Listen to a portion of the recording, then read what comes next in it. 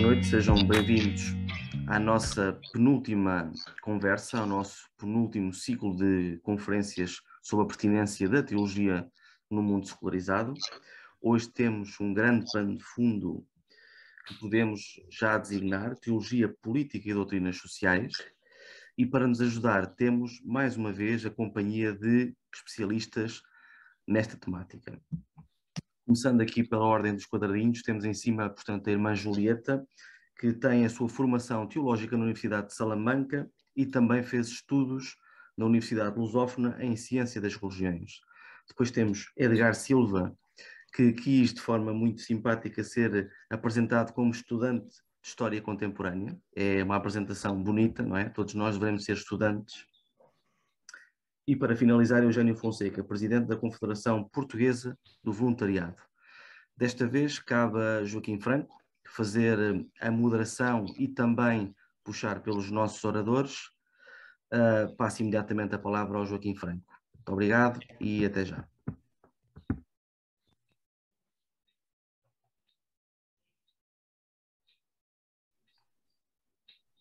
Joaquim? Joaquim desapareceu de cena. Deve ter sido algum problema que nós tivemos agora aqui de última hora, mas vamos dar aqui uns instantes, porque de certeza que vai entrar de novo. Já vem aí.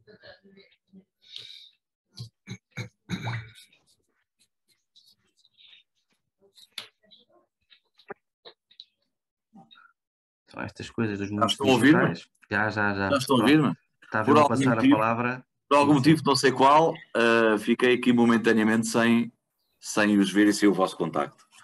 Então a palavra é sua. Obrigado. Muito obrigado, boa noite a todos. É uma honra estar aqui neste debate de ideias com estes nossos três convidados para falar de um assunto tão pertinente quanto relevante até para nos entendermos social, política e religiosamente. É comum dizer que religião e política são dois troncos sem os quais não é possível compreender um e outro mutuamente. Mas isso é matéria de outras, se calhar de outras reflexões mais profundas. Diríamos aqui de uma forma mais pragmática que a própria forma a própria experiência religiosa e a vivência religiosa é inseparável de uma dimensão social e por isso também inseparável de uma dimensão política.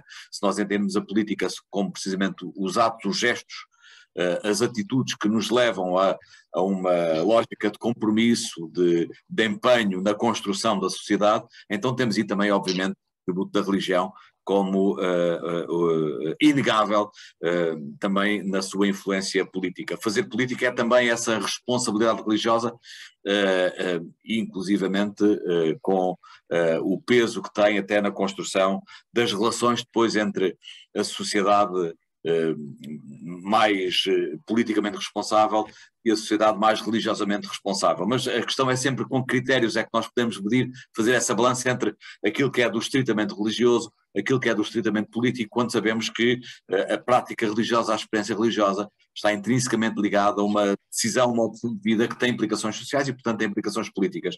O Papa Francisco, em vários documentos, e estou a lembrar um recente documento, na Laudato Si, falava, já antes falava do denominado amor social e político. O Papa Francisco na Laudato Si, aquele grande documento que é quase um testemunho político, fala precisamente desse amor cheio de pequenos gestos de cuidado mútuo, que é também, como ele diz, civil e político, ou seja, o amor com uma dimensão política, com uma dimensão de ação política, pragmática. E os nossos três convidados são... abrangem aqui três áreas muito importantes para nós percebermos precisamente essa relação quase inseparável entre a religião e a política. Um estudante, como se apresentou o Edgar Silva, mas que tem uma experiência de vida ativa política, tem já uma carreira política, de experiência política. Ele também é teólogo de formação. O Eugênio, que é o exercício pragmático de um cristianismo social, é a prática política do cristianismo através da sua ação social, foi presidente da Caritas, agora está ligado à Confederação do voluntariado, portanto, é o pragmatismo social da experiência religiosa, e a Maria Julieta Dias, que nós conhecemos muito bem da exposição, da sua reflexão, uma religiosa que também não se desliga dessa responsabilidade social e política quando fala da sua fé. Portanto, são aqui três ramos que se vão encontrar, inevitavelmente, para nós fazermos essa reflexão.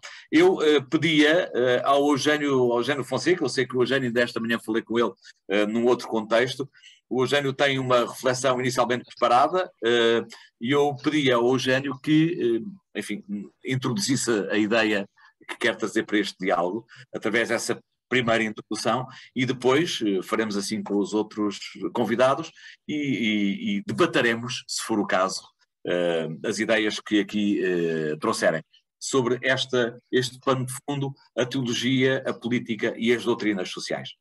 Eugênio. Antes de mais, quero dizer-vos da alegria de estar convosco. Penso que pela primeira vez estou com a irmã Julieta e também com o Edgar, e é bom, acho que esta troca de ideias e estas possibilidades de participação e de expor ideias, mesmo que possa haver algum desencontro de pensamento, isso é tudo bom, isso é tudo salutar. Na pessoa do Dr. Bricelino e do Joaquim e do Daniel, agradecer a oportunidade que me deram de estar aqui convosco neste bocado da noite e também felicitar-vos pelo tema. O Joaquim já introduziu e eu, quando vi o tema, pensei logo numa pirâmide política, religião e doutrinas sociais. Não as ordenei, porque como o Joaquim acabou de dizer, elas estão interligadas, não as ordenei, só pus no cume, no cimo da pirâmide, pus o bem comum. Portanto, a primeira ideia que eu gostava de deixar é que estas três realidades devem-se projetar para a construção do bem comum. E depois, nos pilares da pirâmide, coloquei... Eu gostava mais que a profundeza da pirâmide fosse a dignidade humana, de onde arranca tudo, e é aquilo a que a religião e a política se devem sujeitar, na defesa e no respeito pela dignidade das pessoas, mas depois também senti que há outro pilar fundamental, que é o da liberdade. E ao falarmos da religião, vamos falar da liberdade de religião. O Joaquim também já deu aqui o mote da sua, às vezes, em determinadas circunstâncias da história e em determinados países, como foi o nosso, antes do 25 de Abril, não haver essa distinção tão clara, e ela também continua a ser muito problematizada. Só no título só não gostei de uma coisa. Eu não gosto da palavra doutrinas, porque sabe-me a dogma. Optaria mais por pensamento ou ensinamento social, etc. Porque a doutrina aponta sempre para qualquer coisa que a gente tem que seguir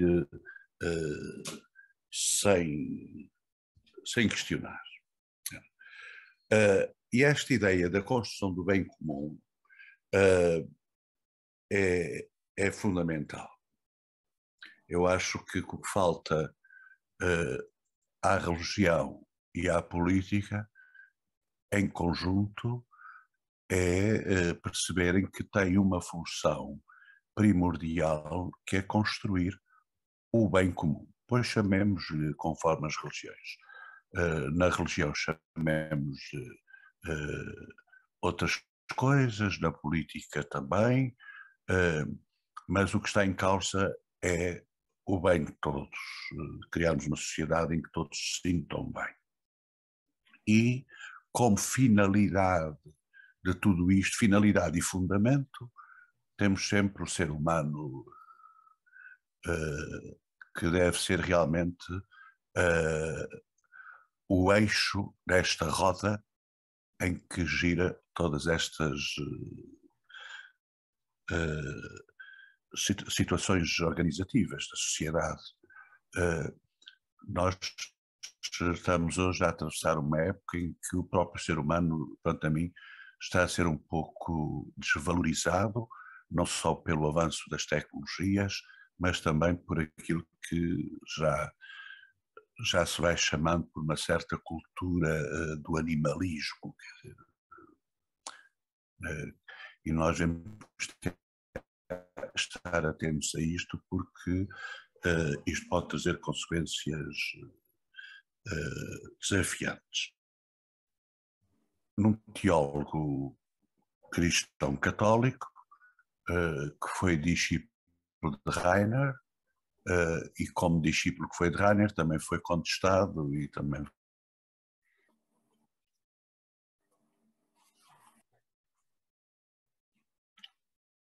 Estamos a perder o contacto com o Eugénio, certo? Estamos a ir com uma dificuldade agora.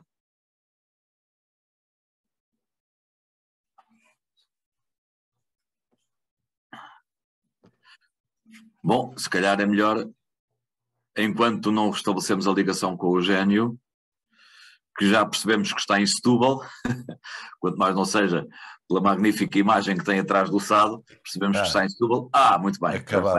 Voltámos, não sei o que é que aconteceu, desta vez foi a mim, ou não sei, foi. Bem, mas estava-me a referir ao teólogo Metz, ao João Batista Metz, que ele tem uma afirmação que fala dos cristãos, mas eu julgo que se pode falar mesmo no ser humano, independentemente de crenças ou não crenças, se virmos a espiritualidade num sentido mais amplo que a própria pertença a uma religião. E Metz, que é o pai da nova teologia política, ele aprofundou muito esta ligação entre a teologia e a política, e ele tem esta afirmação, como digo, eu vou substituir o cristão pelo ser humano. Portanto, o ser humano do futuro será místico. E já lá vamos ver esta questão do místico, não tem a ver com misticismos, não é? Isto é, alguém que experienciou algo, ou então não será ser humano. Porque a espiritualidade do futuro já não se apoiará num ambiente religioso generalizado, anterior à experiência e à decisão da pessoa. Portanto, eu acho que, embora se referisse aos cristãos, eu acho que isto porque todos os seres humanos têm em si esta dimensão espiritual que não tem, como ele diz, não tem propriamente a ver com não tem que se apoiar no ambiente religioso. E é nesta linha que este teólogo fala de uma coisa muito interessante a propósito da mística. E ele defende a mística de olhos abertos. Então, quem pertence a uma religião, e eu por experiência própria passei por isto,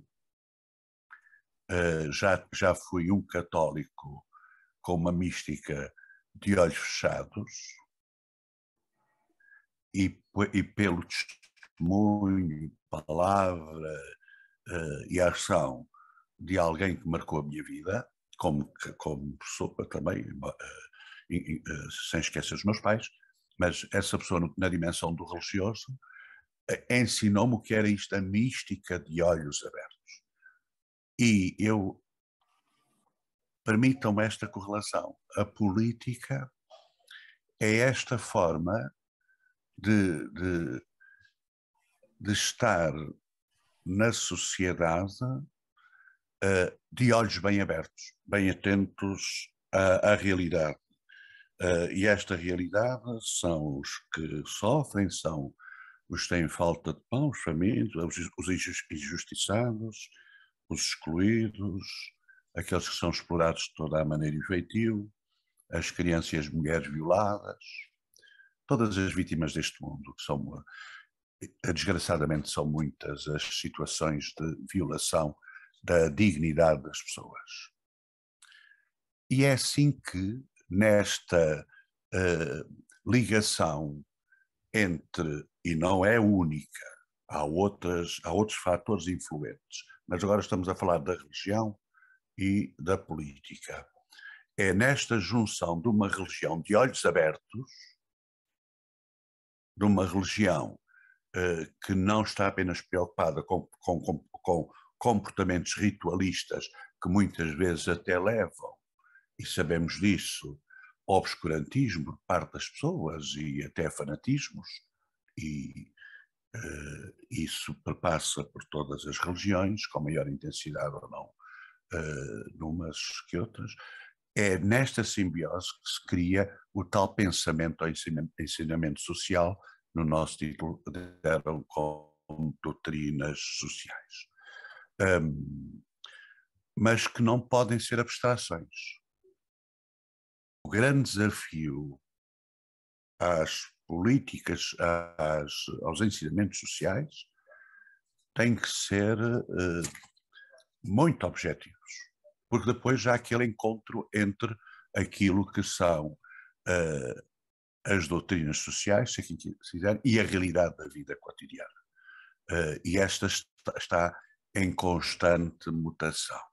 E termino esta breve intervenção citando novamente esse teólogo que gosto muito, Metz, e ele diz que a pessoa humana tem uma dimensão histórica, social, pública, política, é guiada pela intenção de tirar o seu caráter privado do mundo conceptual teológico à linguagem da pregação e da espiritualidade. Procura superar aquele excessivo matiz privado no discurso sobre Deus, a obstinada contraposição entre a existência espiritual e a liberdade de crítica social. E acho que este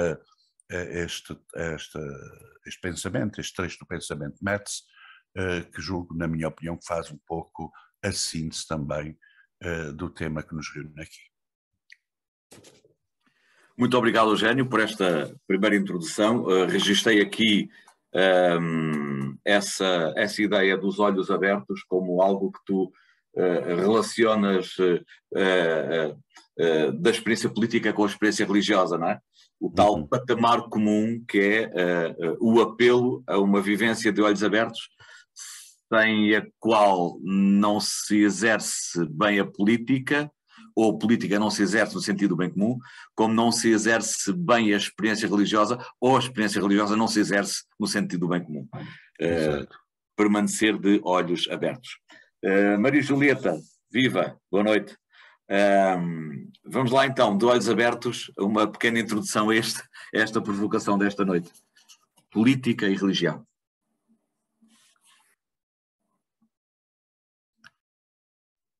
Há que ligar o micro, se calhar, Maria Julieta.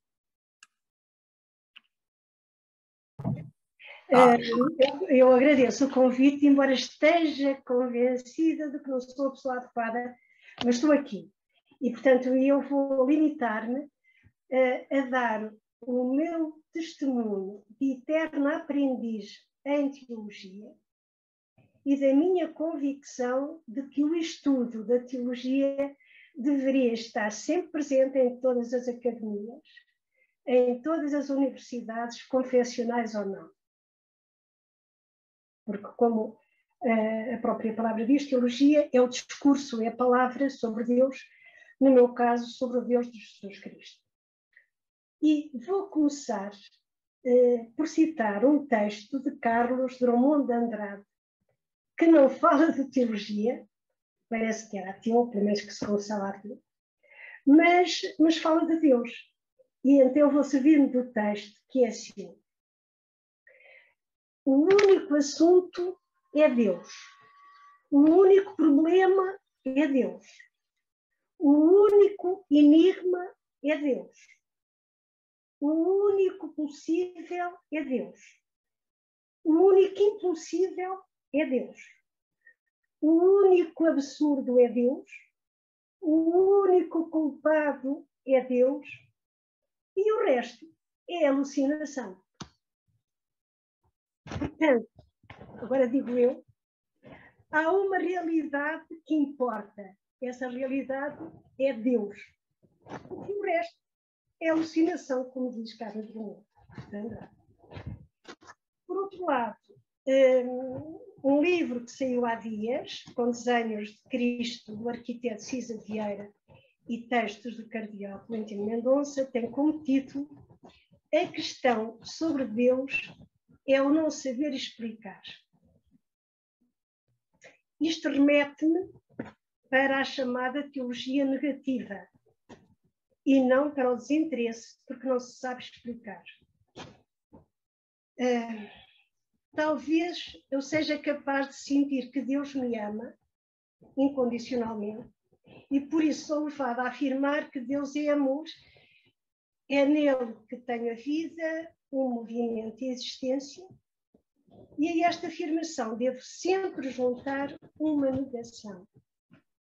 Não é bem como eu digo. A verdade não sei como é. Quem é Deus, não sei. Na verdade, devemos trazer Deus para todas as nossas conversas, a todos os nossos pensamentos, a tempo e a contratempo. No dizer de São Pedro, devemos estar sempre prontos a dar razão da nossa esperança. Crentes e não crentes, porque na questão de Deus a fé está sempre presente. Eu, crente, afirmo que há Deus, mas não tenho provas. Quem se diz ateu afirma que Deus não existe, mas também não tem provas. Portanto, ambos somos crentes. Eu crente na afirmação, a outra pessoa crente na negação.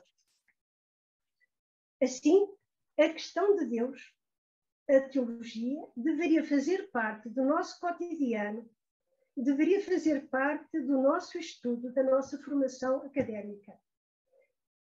Para mim, dizerem que a questão sobre Deus é o não saber explicar, em vez de me levar a pensar que não vale a pena debruçar-me sobre o assunto, estimula a minha curiosidade. E veio-me à mente Santo Agostinho, que diz que o saber, a sabedoria, vem pela fé e pela razão, dizendo que devemos compreender a razão, devemos compreender para crer. Mas também devemos crer, a fé, para compreender. A fé não tem de ser irracional. Por outro lado, mais tarde, no século XVII, já Pascal dirá que o coração tem razões que a própria razão desconhece. Portanto, há razões que, de facto, não é aquilo que nós localmente chamamos razão. Nos nossos dias, o nosso cientista António Damasio verificou que Descartes, também do século XVII, estava enganado quando dava primazia à razão. Penso, logo existe. Raciocínio, logo existe. A investigação de António Damasio mostrou que o saber do ser humano lhe vem pela mente, pela razão, mas também pelas emoções, pelo sentir do corpo. A razão pode ser iluminada pela emoção e esta pode provocar a razão. A minha razão pode não saber explicar a existência de Deus, mas o meu corpo sente Deus. Se tentar encontrar razões do coração que a razão desconhece, talvez consiga abrir a minha mente para a realidade importante, porque, como diz o Cabo Tomou, o resto é alucinação. Então, poderei estar pronta a dar a razão da minha esperança. A questão que se impõe neste contexto é a seguinte: não haverá um campo de investigação para delinear um programa de estudo consistente e não um puro subjetivismo como eu fiz até agora? Como disse no início, o Deus que alimenta e dá sentido à minha vida é o Deus de Jesus Cristo que o Novo Testamento me dá a conhecer. Estudar a pessoa de Jesus de Nazaré, a sua mensagem, a sua vida em palavras e obras, enquanto fez parte da nossa história, levar-me-á ao Deus de quem ele, Jesus, é a imagem. Segundo a carta aos Colossenses, ele é a imagem de Deus invisível, o primogênito de toda a criação. Ele é o Logos de Deus. Logo, é a teologia que se fez fragilidade humana. Bastava isto para justificar um curso de teologia num diálogo com todos os saberes da universidade. Por outro lado, grandes teólogos do século XX diziam que, para fazer teologia, era necessário ter numa mão a Bíblia e não outra ao jornal. Isto no tempo em que as notícias nos vinham através do jornal. De qualquer modo, isto significa que a pessoa que faz teologia tem de conhecer o que acontece à sua volta, no seu mundo, o mais alargado possível. Eduardo Skilberg, teólogo dominicano, escreveu um livro para dizer que a narrativa de Deus se faz com a história dos seres humanos. O título do livro é L'Histoire des Hommes, Reste de Dieu. Por outras palavras, conhecendo o ser humano, podemos aprender a história de Deus, do Deus de Jesus Cristo, que assumiu a nossa condição humana, para que a nossa alegria seja plena, do Deus da pura graça, do Deus de misericórdia que acolhe com especial ternura os descartados deste mundo, que desde o início ao fim da história humana faz uma única pergunta: que fizeste do teu irmão? Esta pergunta tem dimensão coletiva e implica o outro, os outros. O Concílio Vaticano II, a sua Constituição Pastoral, Gaudium et Spes, começa por dizer logo no primeiro número: as alegrias e as esperanças, as tristezas e as angústias dos seres humanos de hoje, sobretudo dos pobres e de todos aqueles que sofrem, são também as alegrias, as esperanças, as tristezas e as angústias dos discípulos de Cristo. E não há realidade alguma verdadeiramente humana que não encontre eco no seu coração, porque a sua comunidade é formada por seres humanos que, reunidos em Cristo, são guiados pelo Espírito na sua peregrinação em demanda do reino do Pai e receberam a mensagem de salvação para a comunicar a todos. Por este motivo, a Igreja sente-se real e intimamente ligada ao género humano e à sua história. Servindo-me de uma frase de Terêncio da Antiguidade, diria que para quem faz teologia, nada do que é humano lhe é estranho.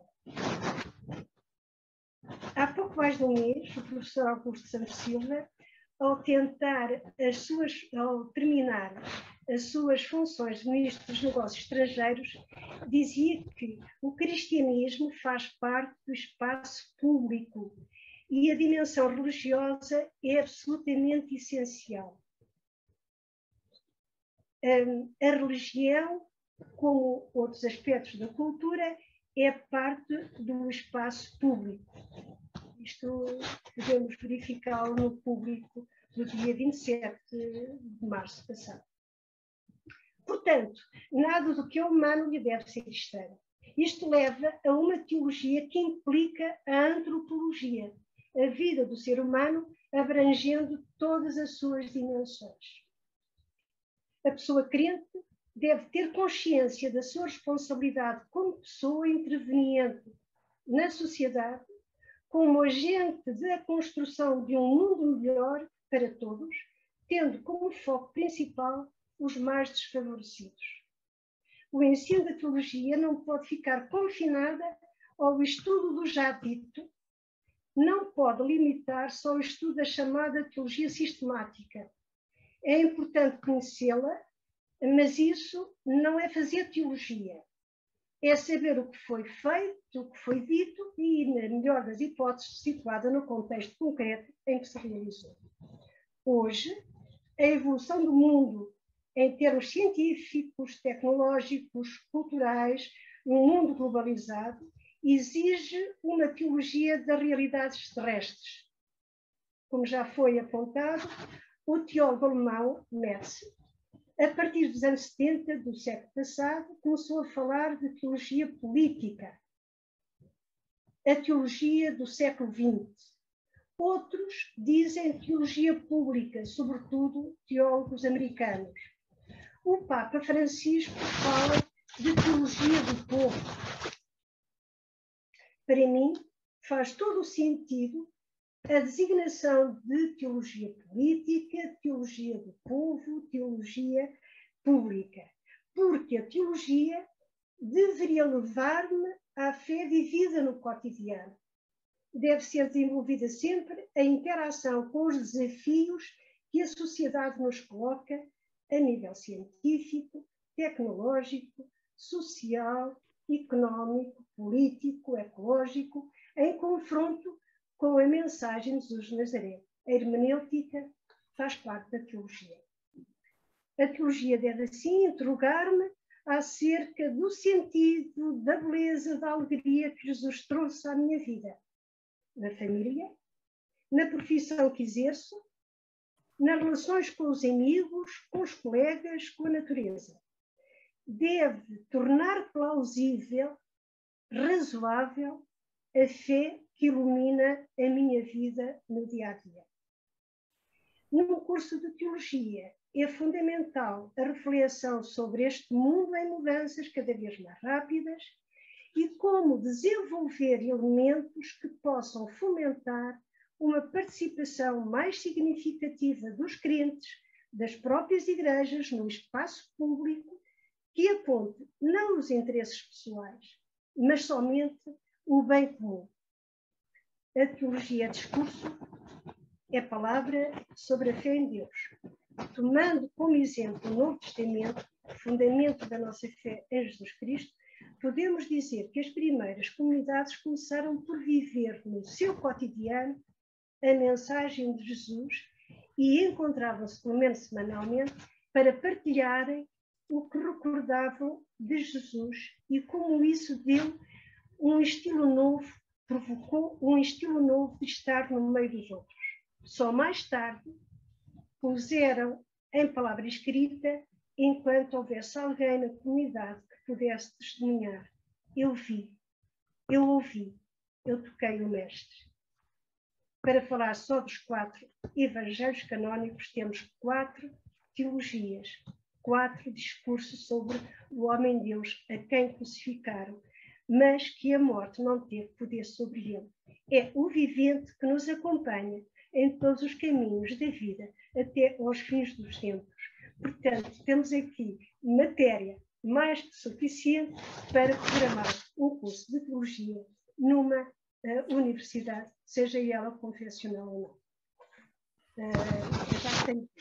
Claro que não era, eu limitei-me à teologia propriamente dita, digamos, não me debruçando muito, mas penso que ao falar que a teologia tem de dar sentido e de iluminar a minha vida no cotidiano, faça eu o que fizer, esteja eu onde estiver, está, digamos, o nível político e o pensamento social da Igreja, aqui, ou das igrejas. Muito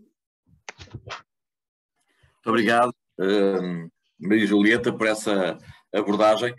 Registrei há pouco duas ideias quando logo no início, abordando os campos de investigação, dizias que Deus dá sentido à vida, imediatamente me veio a reflexão se a existência, se Deus dá sentido à vida, implicará o redesenho ou o desenho de uma atitude política, é quase que uma inevitabilidade. Se dá um sentido, se indica um caminho, indica também, ou abre também as portas a uma procura da gestão da coisa comum e da polis. Portanto, até aí temos uma ideia de um Deus político. E a outra ideia que Maria Julieta transmitiste quando relembravas esse símbolo bíblico que fizeste ao teu irmão, essa expressão é já por si uma expressão que puxa por tudo o que tem o sentido de corresponsabilidade. Portanto, é quase que uma deixa política que vem lá do Antigo Testamento, das origens desta grande aventura judaico-cristã, que tem de facto essa grande implicação política também, lá está. E nessa perspectiva, procurar aqui, para lá das exegeses, procurar aqui uma hermenêutica dos textos sagrados, no caso dos textos bíblicos, é procurar também caminhos de um certo exercício de corresponsabilidade que não deixa de ser um exercício político. Muito obrigado, Maria Julieta. Edgar Silva, também com uma introdução, sei que há uma introdução preparada. Força, bem-vindo. Boa noite, quer dizer, tenho apenas alguns tópicos para também contextualizar a nossa conversa. Em primeiro lugar, saudar esta iniciativa, agradecer o convite e esta perspectiva que está a ser considerada de promover outros registros de reflexão teológica, outros itinerários para a praxis teológica, pois faz falta em Portugal uma teologia que valorize as diferentes culturas, que valorize as diferentes religiões, pois que acredite que, por princípio, Deus acontece incessantemente no mundo. E em Portugal, nesse sentido, faz falta uma interpretação das realidades, dos problemas da sociedade portuguesa, a partir de uma teologia do mundo, um pouco como ao jeito de Metz e de Moltmann, tal como a enunciaram. Eu, antes propriamente de enquadrar dois tópicos que me parecem importantes sugerir para a nossa conversa, talvez existisse uma questão prévia, que é a do conceito de político ou de política. E a necessidade de se apontar para uma polifonia do conceito do político, em que o político ou a política tenha um universo mais abrangente, mais largo, não necessariamente ligado à prática institucional, à esfera do Estado, mas sim relacionado com todos aqueles sujeitos que constroem a sociedade, com todos aqueles fatores, ideias, relações sociais e culturais que tecem a vida em comum. E dessas diversas relações, das muitas contradições, lutas em parcelas e setores da sociedade, nas suas disputas, reivindicações, demandas, é esse amplo universo que constitui o político ou a política, um pouco distante ou distanciado de uma obsessão ou por uma estreiteza de compreensão da política associada ao Estado, à intervenção institucional. Um pouco como René Raymond dizia, que ater-se ao estudo do Estado, compreendendo esse como o universo da política ou do político, isso é uma deturpação, porque seria como se aí se encontrasse em si mesmo o princípio e a razão de ser das coisas. Mas é preciso, isso seria apenas ater-se à aparência das coisas. O político e a política é bem mais vasto na sua dinâmica, incluindo aqui até uma componente de cultura política, em que os movimentos sociais, os protagonistas sociais são bem mais amplos do que aqueles que são os intervenientes no plano institucional. E é neste sentido que é pertinente falar-se da centralidade de uma teologia política. E uma teologia política que em Portugal estamos muito aquém daquilo que seria elementar, basicamente necessário, uma teologia política que atendesse a dois campos bastante diferentes.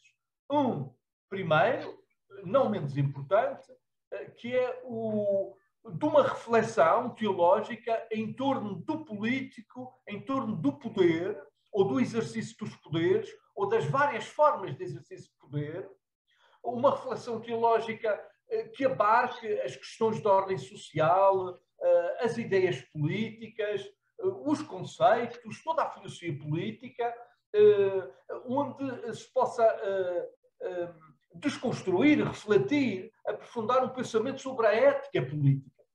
E essa é uma componente importante para a teologia política, em que possam existir considerações de natureza teológica em torno da função do poder político, das suas relações com a fé e com as igrejas. Portanto, esta componente é uma componente da teologia política que é muito importante sê-la, imaginá-la, aceitar esse desafio. Mas depois há um outro pilar da teologia política, um outro patamar da teologia política, que é de uma compreensão da esperança cristã implicando uma praxis política. Ou seja, uma compreensão de uma antropologia da esperança, em que a escatologia que identifica o pensamento cristão, neste caso, a expectativa da esperança densifique uma determinada praxis política, desse sentido de reflexão crítica e de exigência interveniente na construção do político. No fundo, uma teologia política enquanto, um pouco ao jeito de Jürgen Moltmann, de toda a sua teologia da esperança, naquela conexão que faz entre a esperança e o agir político, entre o dizer da esperança, entre a teologia da esperança e o agir, o necessário agir consequente e transformador da história. Então, essa outra componente da teologia política, com praxis transformadora, enquanto lugar exigente do exercício da solidariedade com as vítimas da história, com o grito dos povos, com o grito dos mais pobres, com o grito da terra. Essa linha de uma teologia que não se circunscreve a um refletir sobre a prática, sobre aquilo que vai acontecendo, mas uma reflexão que projeta para um agir diferenciador e distintivo. Então, essa outra linha, esse outro patamar da teologia política é de grande importância, é extremamente desafiante e eu diria que estamos muito longe de, em Portugal, ter esse exercício da teologia política que tanta falta faz, na compreensão da teologia, de uma teologia consciente da sua função política, ou seja, de uma teologia em que faça uma abordagem capaz de ter uma intervenção sistemática sobre as implicações da fé cristã, sobre o seu horizonte público e suas consequências sociais.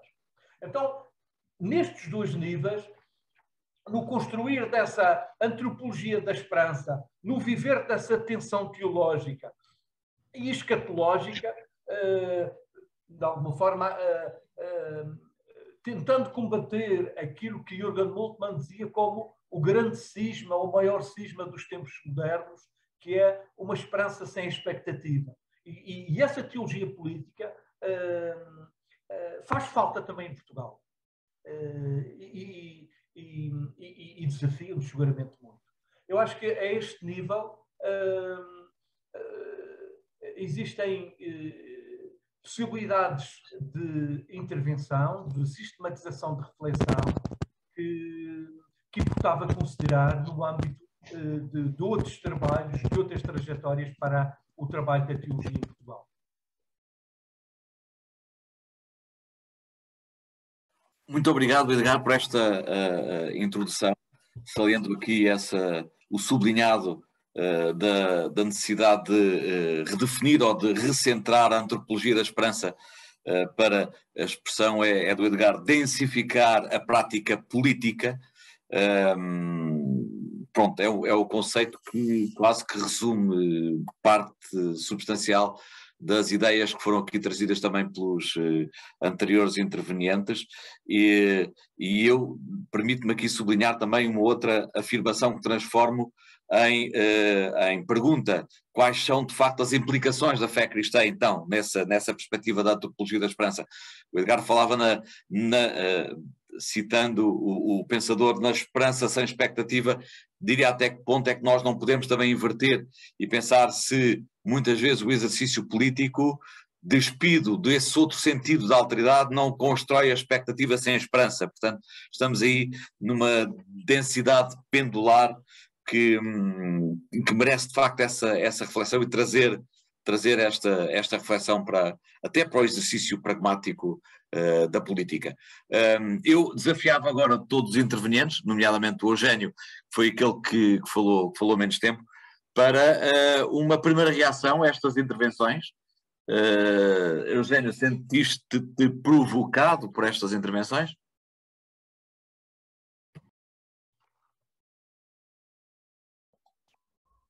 É óbvio que sim, quer dizer, a irmã Julieta faz aqui um percurso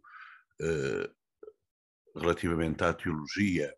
A dificuldade que eu senti, a questão que coloco à irmã Julieta, é como é que portanto, pretende que Deus esteja presente em todas as realidades do mundo. E neste caso também na política. Isso tem que ser evidenciado. E o Edgar fala de algumas possibilidades, mas que tem que passar pela transformação das próprias mentalidades das pessoas. Quer dizer, estamos aqui entre o crente e o não crente, e a irmã Julieta foi bastante profunda nesta questão que muitos teólogos colocam, não é? Porque a questão do ateísmo é uma questão complexa, como o ter fé também é complexo, porque tudo está envolvido num mistério e a gente não consegue explicar. A questão que me preocupa é, por um lado, em que medida é que se consegue influenciar a política, porque a política, enquanto tal, tem que ter esta dimensão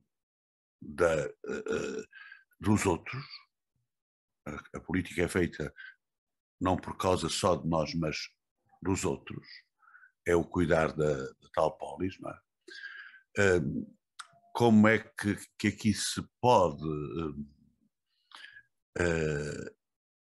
intervir? E eu penso que se pode intervir, no caso do cristianismo, na medida em que as religiões cristãs fizerem, como o Edgar refere, fizerem uma recepção mais ampla do sentido político.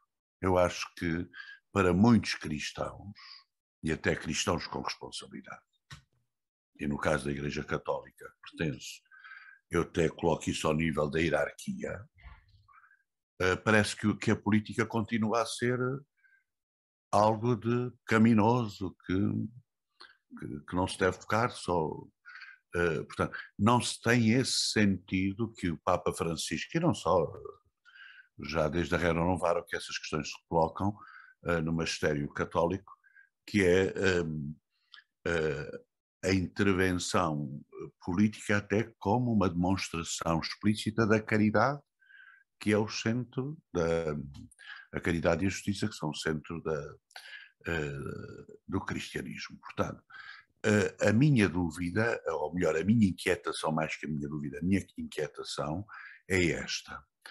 Como é que os cristãos, como é que se consegue que os cristãos, a começar pela própria hierarquia, assumam a política não como uma coisa que outros fazem, mas que também me compete a mim fazer. Portanto, a tal dimensão da teologia política. Portanto, em que medida é que eu, sendo defensor de uma causa crente, sou capaz de entender que isso tem implicações na vida concreta, e a vida concreta faz-se a partir da política. E, portanto, quer queiramos, quer não, todos somos políticos. Agora, nem todos temos consciência disso. E o déficit que eu sinto, por exemplo, na Igreja Católica é a diferença abissal entre aquilo que é a dimensão doutrinal, a dimensão ritual e depois a praxis. E não tem graça nenhuma, mas acontece, aqueles que enfrentam as realidades terrestres, nomeadamente naquilo que tem a ver com as injustiças sociais, com aquilo que é menos humano no mundo, logo alguns, mesmo pertencendo à religião, e eu estou a referir-me àquela a que pertenço, não querendo saber nada da política, conseguem rotular essas pessoas com clichês político-ideológicos e não são capazes de descobrir que a ação dessas pessoas tem como base e como fundamento o seguimento da pessoa de Jesus Cristo. E é frequente na Igreja Católica que as pessoas que têm compromissos políticos, e não quer dizer só partidários, mas da atividade política, no sentido como Edgar fala, são imediatamente conotados. Por outro lado, temos a política formal, a tal política dos partidos, que procuram chamar a si aqueles que protagonizam determinadas posições públicas em defesa do tal bem comum, e há quase que um enamoramento fortíssimo para uma colagem. Quer dizer, e eu, como cristão, ao sê-lo, eu tenho que ser forçosamente político. Portanto, tenho aqui este dilema que é... Independentemente, Eugénio, independentemente das doutrinas ou da doutrinação política? Independentemente disso, porque, por exemplo, o meu drama, aquilo que eu sinto como drama, é que eu estou a fazer a caminhada sinodal com 27 não crentes. Professores do ensino superior, não crentes. E todos eles, por exemplo, reconhecem na Igreja Católica um património ético muito importante. E quando se fala no património ético, não é fácil desligá-lo da política. O problema é sempre o contraditório negativo. O problema é esse. Portanto, o que me faz muitas vezes inquietar, e eu acho que mesmo os que não professamos na Igreja Católica, reconhecemos que há um pensamento social cristão que vai muito à frente daquilo que é a realidade e da praxis cristã católica. E ela tinha a obrigação, esse pensamento social tinha a obrigação de influenciar no sentido de acrescentar mais-valia da tal densificação que o Edgar fala, da própria política. Porque hoje nós vimos que até as políticas, ao nível mais formal dos partidos, estão muito esvaziados de ideologia. Densidade. Isso, estão muito esvaziados. As pessoas estão mais preocupadas com o poder que pretendem conquistar do que propriamente com a transformação das realidades terrestres a que todos os políticos, incluindo nós, somos obrigados. E eu tenho e tenho muita pena que a Igreja Católica não invista mais na formação dos católicos, na dimensão daquilo que é o seu pensamento social. E nos últimos anos, eu com o João Paulo II tenho algumas dificuldades, porque eu acho que o João Paulo II teve um pensamento social interessante, Laborix Essen, Christis Fidelis Laicis, mas depois, cá está, depois na prática nada acontecia, aquilo ficava na teoria. Hoje temos um Papa que escreve aquilo que põe em prática. Oxalá que a gente consiga dar o salto. Mas, por exemplo, quando a irmã Julieta fala que a teologia deve estar presente em todas as universidades, eu dizia mais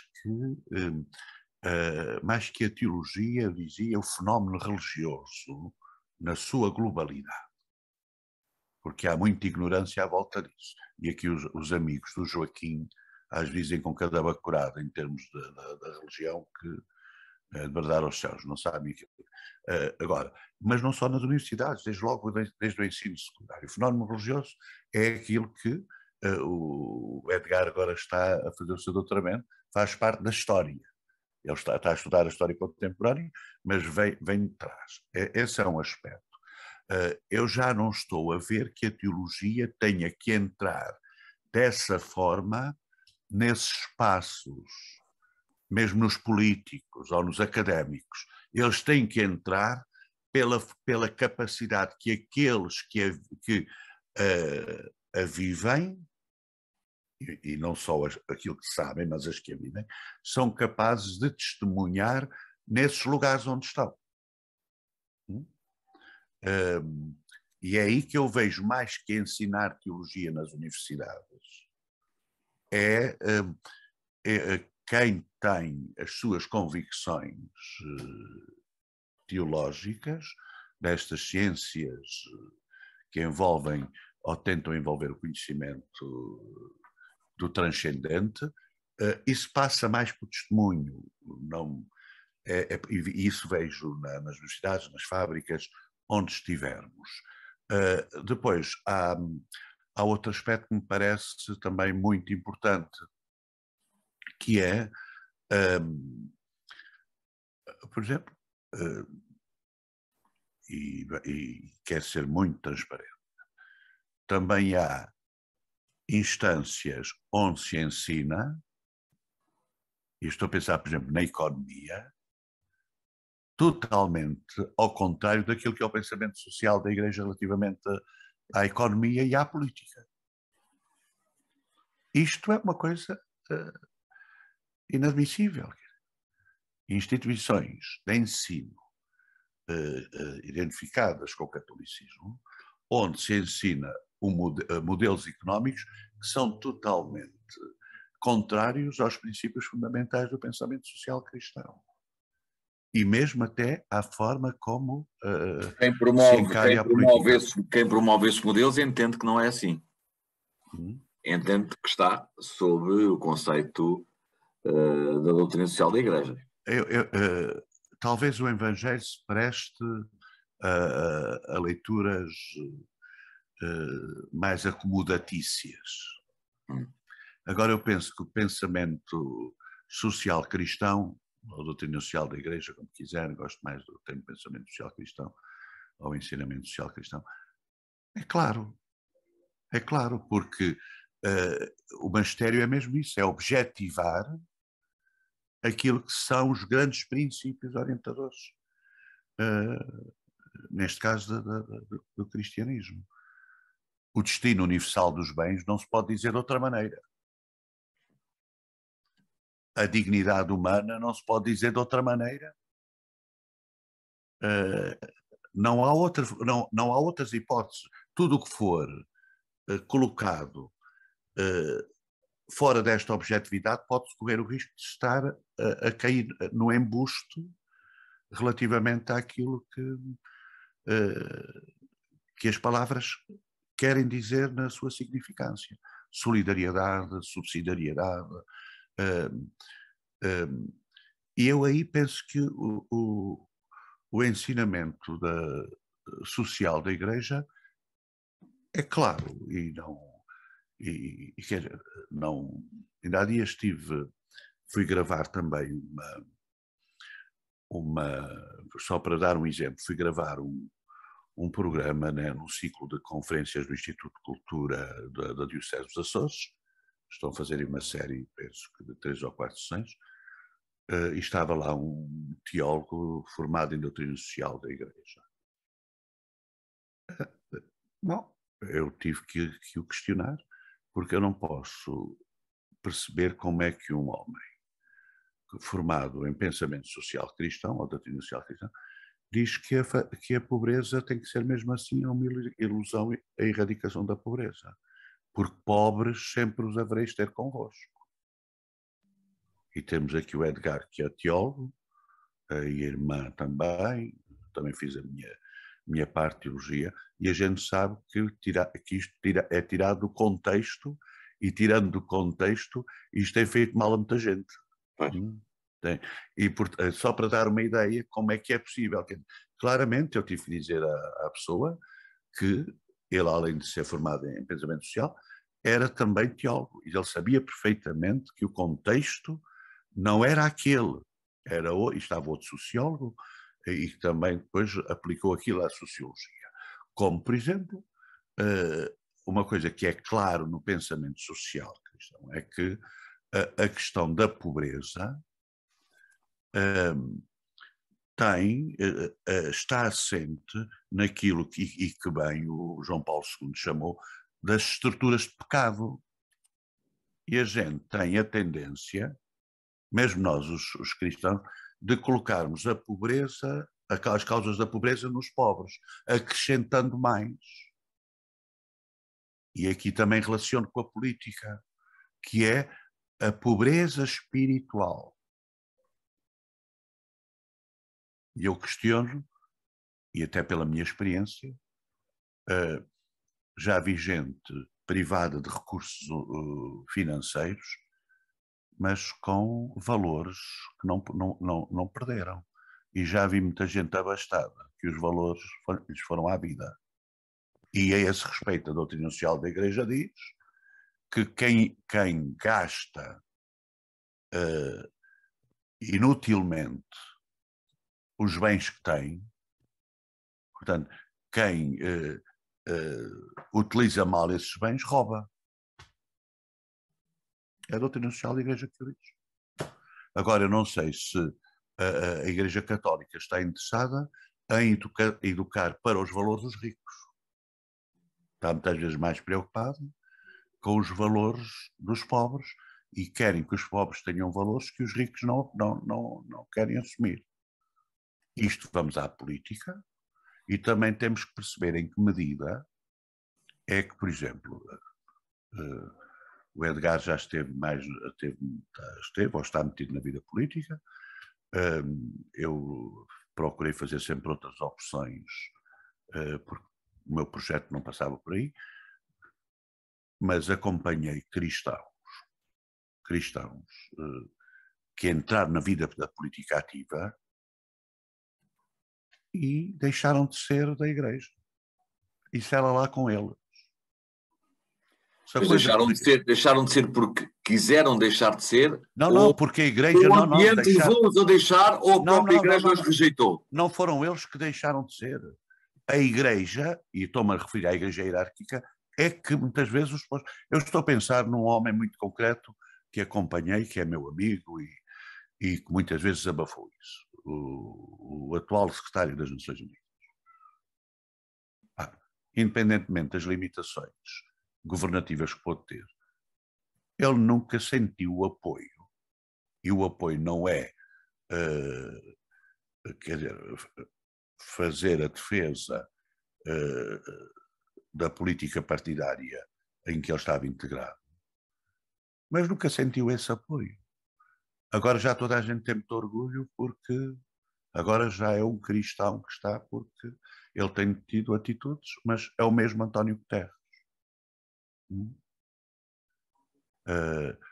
Eu não sei, por exemplo, eu não sei quando tornar público o trecho, não vamos tornar público o documento todo, mas estes professores universitários não crentes que fizeram o caminho sinodal, este mês fechamos o documento e uma parte vai tornar pública. Há de haver muito cristão católico que há de censurar aquela... portanto, há no fim uma certa aversão que eu sinto entre aqueles que protagonizam a religião e o ser político. Como há políticos que não percebem que aquilo que estão a fazer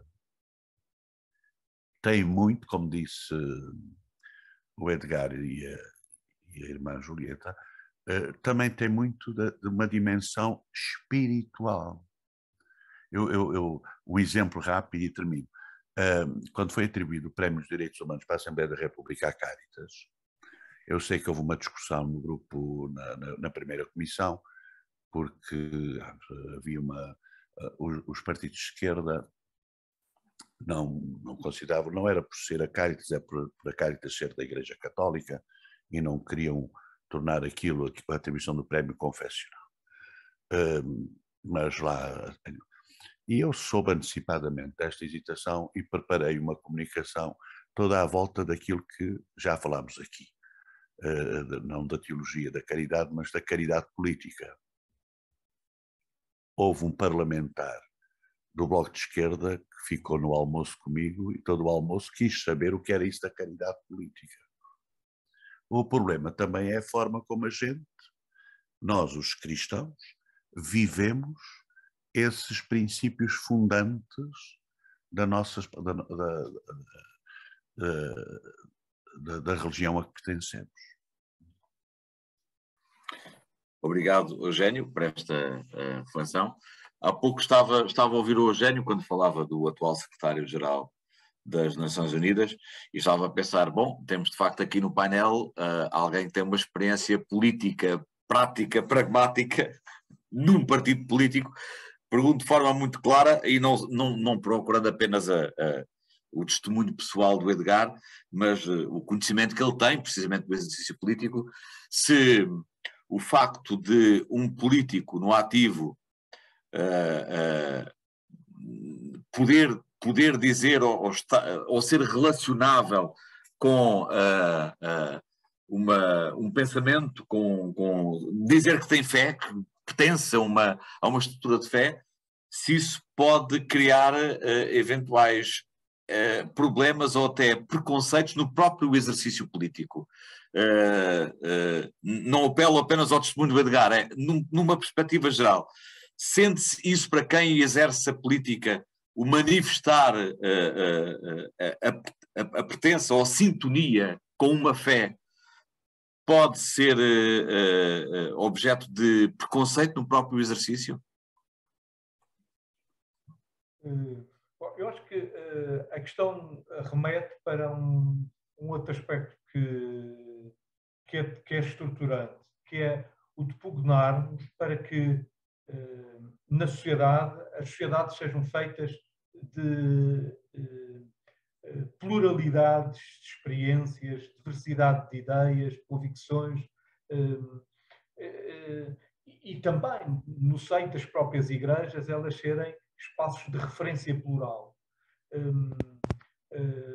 com possibilidades de experiências de fé, experiências de compromisso, amplas, diversas, plurais. E essa é uma componente fundamental para uma sociedade democrática. Num partido, no interior de um partido, no interior de um parlamento, acho que há muito que está maioritariamente afastada a ideia de um partido confessional, de um partido dos católicos, um partido cristão. Está, desde o Concílio Vaticano II, claramente assumida a ideia de que a opção política ou partidária dependerá daquilo que, em consciência, cada um achar que é o melhor espaço, mais coerente, mais conforme com as convicções que partilha, mais consequente com a ideia de transformar a sociedade, de alcançar os objetivos da justiça e da paz. No interior de uma instituição, eu faço parte de um partido, fui deputado do Partido Comunista durante muitos anos, mais de 20 anos, da CDU, na Madeira, fui candidato. A questão do ser católico, isso nunca me foi colocado como um elemento de discriminação negativa. Mas percebo que muitos outros têm ideias muito diferentes das minhas. E tenho que criar condições para ser respeitado das minhas convicções, das minhas ideias, das minhas opções. E o construir esse espaço de tolerância, de diferenciação, não ter medo das convicções que professamos, isso é um elemento fundamental. Os cristãos nos partidos, os cristãos, falemos dos cristãos, dos católicos nas instituições, aquilo que nos identifica é haver ou não, em primeiro lugar, um compromisso com os mais pobres. Haver ou não um compromisso com aqueles que são os mais explorados na sociedade, aqueles que são os mais desfavorecidos. E esse é o primeiro patamar de testificação da verdade do nosso agir. Depois, já há algo muito do foro subjetivo, que é como é que cada um consegue conferir um sentido cristão ao agir político. E como é que a sua ação vai sendo mediada pela reflexão crítica que a fé requer e como é que essa reflexão crítica projeta para um agir mais coerente, mais consequente, mais verdadeiro.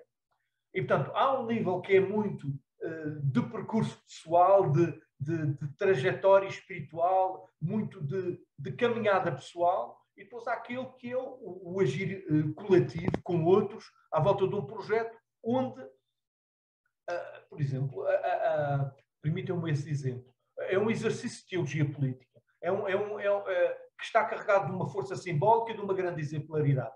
Aquela iniciativa que o Papa Francisco anualmente desencadeou, nestes últimos anos, de um encontro com os movimentos populares, movimentos de libertação, os movimentos chamados populares, as cooperativas, os sem terra, os sem casa, os sem teto,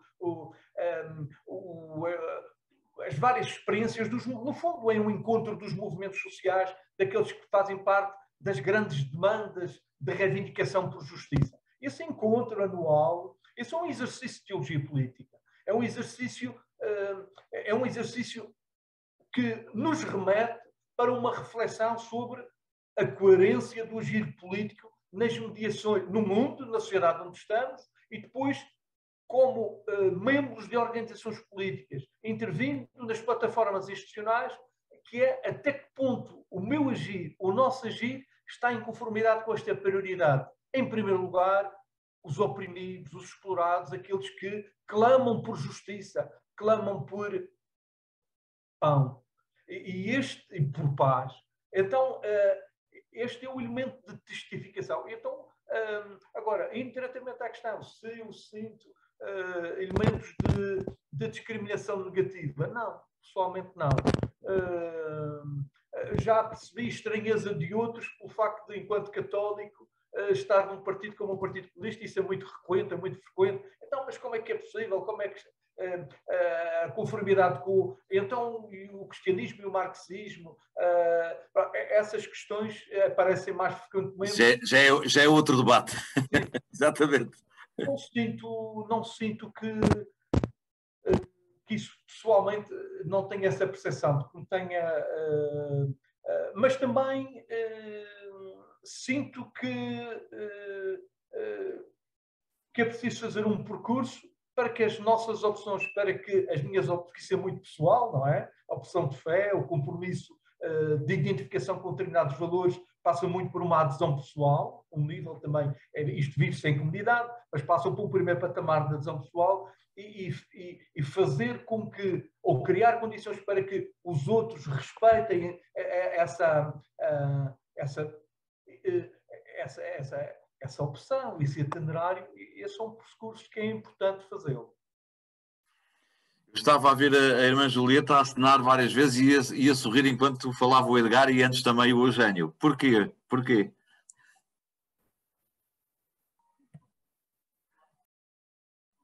Microfone, Julieta. Estava a deliciar-me com o que estavam a dizer. E estava-me a lembrar que o cristianismo, quando começaram os primeiros discípulos, eles não foram identificados como religiosos, não foram identificados como um grupo religioso, mas muito mais como um grupo com um estilo de vida totalmente diferente daquilo que era habitual. Hoje diríamos um movimento social, pronto, uma coisa assim. E uma das coisas que era precisamente para a atenção dos pobres. Uma das coisas era que não houvesse necessitados entre eles, isto é, aqueles que tinham partilhavam com os que não tinham, isto é, a uns não faltava porque eles que tinham também não pretendiam que lhes sobrasse. E fizeram referência de que não dar o que nos sobeja é roubar. Porque o que nos sobeja, ou que utilizamos, ou que consumimos mal, isso pertence aos que não têm nada. Portanto, nós estamos a impedir que os outros tenham. Portanto, esta ação social do cuidado, do servir, e o servir em função do bem comum, isto é o fundamento do cristianismo, da religião cristã, e que as várias igrejas cristãs aceitam, porque aceitando o Novo Testamento, aceitam isto precisamente. A política, só se eu for indiferente à vida, só se eu for absolutamente fechada em mim, se eu for de facto, absolutamente estar numa bolha em que olho para mim e só me vejo a mim. Porque senão é evidente que eu sou política, façam o que fizer. Eu estou a agir para contribuir que o mundo seja melhor ou seja pior. O grande mal às vezes é, de facto, a indiferença. Mas da política, o cristianismo diz que Jesus foi tentado pelo poder. E o poder tenta-nos, e não tenta só na política, tenta-nos em todos os sítios, tenta-nos na igreja, tenta-nos nas nossas profissões, nós temos uma propensão enorme ao poder.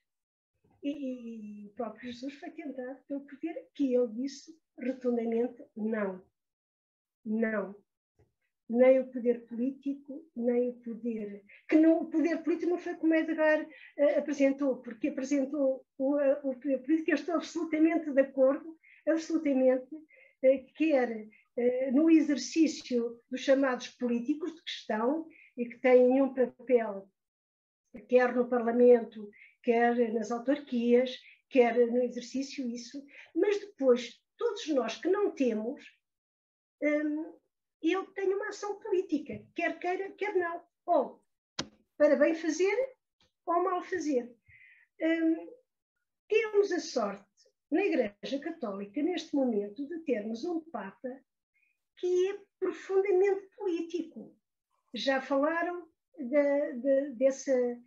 desse encontro anual com esses grupos, digamos que querem que a sua dignidade seja reconhecida em todo lado. Mas também quando ele promoveu aquele encontro dos economistas para que não haja mais a política que mata, mas que a política esteja ao serviço do bem comum, do que é para todos. Porque ele, ainda agora, nesta altura da guerra, ele dizia que se a indústria das armas acabasse, não havia pobres no mundo, porque dava absolutamente o dinheiro que se gasta nas armas, dava perfeitamente para todos os povos terem de comer, de estudar e casa com dignamente. Portanto,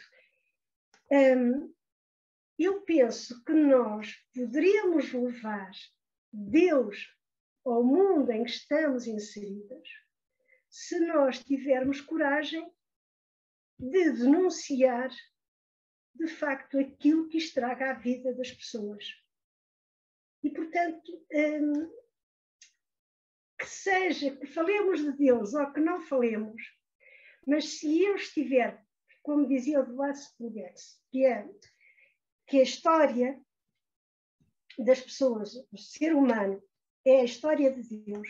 Se eu trato qualquer ser humano com a dignidade que merece, e se eu sou capaz de me pôr ao serviço, sobretudo daqueles que são mais desfavorecidos, eu aí estou a fazer aquilo que Jesus Cristo me ensinou. Quer eu diga que sim, quer eu fale de Deus, quer não fale. Porque também o Santo Agostinho, se a memória não me falha, que dizia que nós temos de fazer tudo na vida como se Deus não existisse, sabendo que tudo depende desse Deus, e como eu dizia, e por isso é que eu advogo o ensino da teologia, é que o Deus onde eu me movo, onde eu existo, que é a fonte da minha alegria, e que isso está configurado no Nazareno, em Jesus de Nazaré, que vem, que o temos em termos do Novo Testamento, e isso tem de ser ensinado, tem de ser conhecido, porque nós não somos gnósticos, isto é, a sabedoria não nos entra pelo ensino, e portanto também temos de ser ensinados. E isso penso que poderia configurar um curso de teologia, porque de religiões, e já tivemos na lusófona. Aliás, eu fiz o curso de 4 anos, Ciência das Religiões. Não se estudou só a religião católica, eram todas. E eu gostei muito de fazer o curso. Aprendi muito no curso. Mas também vejo que, como foi apontado o ensino da teologia segundo as realidades terrestres, demos-lhe o nome de teologia política, demos-lhe o nome de teologia pública, demos-lhe o nome de teologia do povo, como diz o Papa Francisco. Eu penso que isso pode ser levado a uma universidade, precisamente a ensinar e, por outro lado, dialogar com os outros saberes. E deixar-se também o ensino da teologia, deixar-se ou escutar as preocupações e as inquietações dos outros saberes. E pronto, e depois na vida, e aí é por isso que para mim o ensino da teologia não é do jeito do ensino, por exemplo, da história, sem desprimor nenhum da história. Não é só do que foi dito, do que está dito, mas é do que é que a mensagem cristã, eu estou a falar em teologia cristã, o que é que a mensagem cristã hoje traz de bom, de alegria, de justiça, de verdade ao mundo contemporâneo, ao mundo onde estamos inseridos. E esta interação entre o mundo que vivemos e a crença e a fé que eu tenho em Jesus, em Deus, Jesus Cristo, que isso pode provocar ou não, digamos, a minha ação no mundo de hoje. E é, quer em termos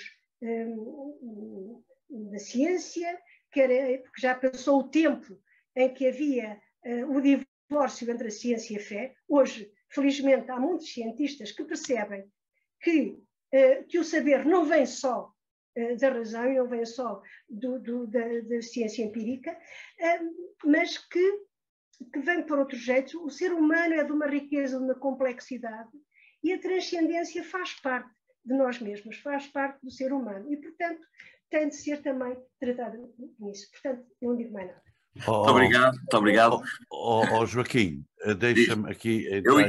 Íamos fechar o debate, mas vamos, palavras finais. Estamos na hora, 10h30. Aqui com a irmã Julieta, ela faz referência às primeiras comunidades, e eu de repente comecei a pensar, a trilogia que hoje nos reuniu aqui, se não foi a trilogia que acompanhou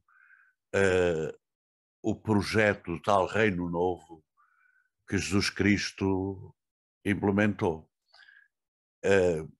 Será que crucificaram um religioso ou crucificaram um político? Aqueles que o seguiram andaram atrás de quem? Do tal reino ou de um reino político terreno? Depois teve a expressão máxima, o tal Judas, mas não foi o único, não é? Porque em determinada altura ele teve que pôr ordem no grupo, porque já se faziam divisões de ministérios, não é? Secretarias de Estado. E depois ele deixa um pensamento social. Dá-lhes vós de comer, não façais aos outros aquilo que não quereis que façam a vós, etc. Esta simbiose, ela está tão expressa na presença de Jesus, com aquilo que ele quis implementar, e não foi nada, não tinha nada a ver com poderes políticos do Império que dominava a Palestina, nem sequer se queria meter com o poder religioso, e só se meteu no poder, com o poder religioso na medida em que esse poder não ia ao encontro do tal reino novo que ele... Porque, efetivamente, o que ele veio fazer foi anunciar um reino. Não foi criar uma igreja, foi anunciar o reino. E essa tensão entre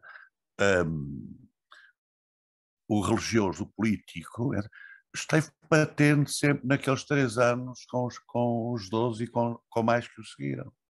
Porque muita gente andou atrás dele, na perspectiva da política, como nós hoje já nos referimos aqui a ela. Eu estou convencido que os sujeitos que o condenaram à morte um político, porque ele foi condenado por, e foi isso que estremeceu Pilatos, é que ele era contra o imperador, e jogaram com essa manipulação para o condenar. Mas quem o levou ao poder, a coisa foi o poder religioso, porque ele se dizia Deus, filho Não, poder religioso. Ele morreu, e nesse aspecto, ele morreu como religioso, em termos, foi o poder religioso que o levou ao poder político. Tinham essa coisa. Foi o casamento. Eles foi condenado por ter uma ameaça aos poderes. Exatamente. Aos poderes. Havia ali uma simbiose. Havia ali uma simbiose entre o poder religioso e o poder político, que por acaso, no concreto, até não se gramavam, não andavam, mas até se uniram para aquela novidade, para aquela boa nova, que foi na perspectiva de que o Edgar diz, de alguém que veio em defesa dos que não tinham voz, dos que não tinham, e tomou partido desses, e portanto colidiu com os poderes. Muito obrigado, Eugénio, muito obrigado a todos. Eu ainda posso deixar ao José Brito Lindo, se ele entender, um comentário final. Permitam-me só sublinhar aqui 2 ou 3 ideias que me parecem importantes. Houve aqui uma palavra que só vagamente foi pronunciada pelos 3 intervenientes, mas que está lá como pano de fundo. Eu uma vez usei uma figura para tentar transmitir o que entendia numa célebre pós-graduação que tinha precisamente o tema políticas e doutrinas sociais, o equilíbrio de forças entre a religião e a política, e imaginei um pêndulo com várias bolas, não é? Aqueles pêndulos com várias bolas, é que nós sabemos que, por força, a física explica isso muito bem, as bolas que estão ali no veio central não se movem-se só as bolas das pontas, não é? É que do lado temos a religião, do lado temos a política, temos ali sempre inputs energéticos do lado político e do lado religioso para fazerem mover a energia, mas no meio aquelas bolas não se mexem, estão ali cheias de energia sem se mexerem. É aquilo que eu considerava um patamar comum no exercício da política e da prática religiosa, que é a ética. Foi uma expressão que vagamente se verbalizou, mas esteve permanentemente em pano de fundo nas 3 intervenções. Há essa ética construída pela reflexão comunitária, pelo pensamento religioso, pela reflexão política, que encontra ali alicerces energéticos, não é? Comuns, e sobre a qual nós podemos aqui definir o conceito, por exemplo, do bem comum. Quer dizer, estamos todos atrás de uma construção a partir de vários inputs, neste caso a religião e a política, que nos permitem sondar pelo menos uma ética que construa essa noção do bem comum. Há pouco, quando se falava e agora esta discussão final foi muito, muito interessante, recordava-me também de uma ideia que retiro do Papa Francisco, a partir da sua própria experiência, quando ele diz que não é de direita nem de esquerda e que tem amigos em todos os padrões, mas que várias vezes critica uma economia neoliberal. Ela é muito dura, a última a Fratelli Tutti é muito dura em relação a isso, não é um programa de governo, mas quase, não é? É um programa de governança, uma ideia de governança, lembrando que se o Evangelho não fixa propriamente modelos ou doutrinas políticas, traça pelo menos objetivos concretos. Aí estamos todos de acordo. Princípios. E esses princípios, resumidamente, o Eugénio e o Edgar e a Maria Julieta definiram alguns, eu resumi-los em 2 ou 3 ideias, se me permitem esta ousadia tentar sintetizar. O princípio da tal ética que se constrói, que é uma ética de igualdade, isto é, esta ética de igualdade perante Deus, todos perante Deus, num pressuposto de igualdade, não é? o tal reino, o reino de iguais, não é? E depois um outro princípio, que é aquele que vários pensadores definem como o Deus social, que é o princípio da fraternidade. Quer dizer, se o Evangelho traz alguma construção política, é o princípio da fraternidade, quer dizer, o exercício e o princípio da construção comunitária sob o pressuposto da fraternidade, não é? Do abdicar, ou do só ser com, não é? Ser em comunhão, e sendo em comunhão com o ombro ao meu lado, eu estou em comunhão com Deus, estou em comunhão com o divino, não é? E temos aqui, e depois isto tudo tem uma ferramenta, e o Eugênio há pouco falava dessa ferramenta. Tudo isto tem uma ferramenta, que é a ferramenta, não há outra. É a ferramenta. E é uma ferramenta muito pragmática, tão pragmática quanto difícil, que é o testemunho. Essa é a ferramenta, né, deste exercício comunitário, desta prática da fraternidade e de uma ética de igualdade perante Deus. A ferramenta é o testemunho. E o testemunho está para lá dos princípios religiosos ou políticos. Está numa atitude, como dizia o Edgar, está numa atitude pessoal, começa por aí, de uma adesão pessoal, que implica sempre o meu compromisso com o testemunho, dar testemunho, ser coerente com aquilo em que acredito. Foi uma delícia ouvi-los esta noite. Muito obrigado pela vossa participação. Aprendi muito convosco. E deixo ao José Bricelino e depois ao Daniel o encerramento. Não sei se o José quer fazer alguma reflexão final. O tempo já vai muito avançado, foi muito interessante ouvir-vos, também foi bom rever o Edgar Silva, que já não ouvi há muitos anos, também a irmã Julieta, o meu vizinho Eugênio, vemos de vez em quando, não é? Aqui em Setúbal, e não só, mas queria só deixar uma frase das Escrituras que acho que falam mais alto do que qualquer um de nós e que tem a ver com tudo aquilo que nós falamos. E eu vou ler esta frase e depois o Daniel fechará. Do apóstolo Tiago, capítulo 4, versículo 17, diz assim: aquele, pois, que sabe fazer o bem e não o faz, comete pecado. Isto é política, é teologia, é aquilo que nós quisermos, é aquilo que qualquer pessoa quiser, mas é tão simples como isto. O pecado não é fazer mal, é mais do que isso. Quem sabe fazer o bem e pode e não o faz, comete pecado. Daniel. Muito obrigada. Então, mais uma vez também agradecer a todos os que nos falaram esta noite, não é? A irmã Julieta Dias, Eugênio José da Fonseca, Edgar Silva, muito obrigado, também ao Joaquim Franco por esta moderação. Dizer que na próxima semana, terça-feira, às 9 horas, temos a nossa sessão de encerramento deste ciclo de conferências que refletiu sobre a pertinência da teologia no mundo secularizado. Faremos necessariamente uma síntese, um balanço também daquilo de que falámos. E pronto, e fica aqui estas últimas palavras, também porque a hora já vai um pouco adiantada. Agradecer mais uma vez a todos e desejar uma muito boa noite e marcar encontro para a próxima terça-feira às 9 horas. Muito obrigado, uma boa noite a todos. Muito obrigado, Boa noite a todos. Boa noite.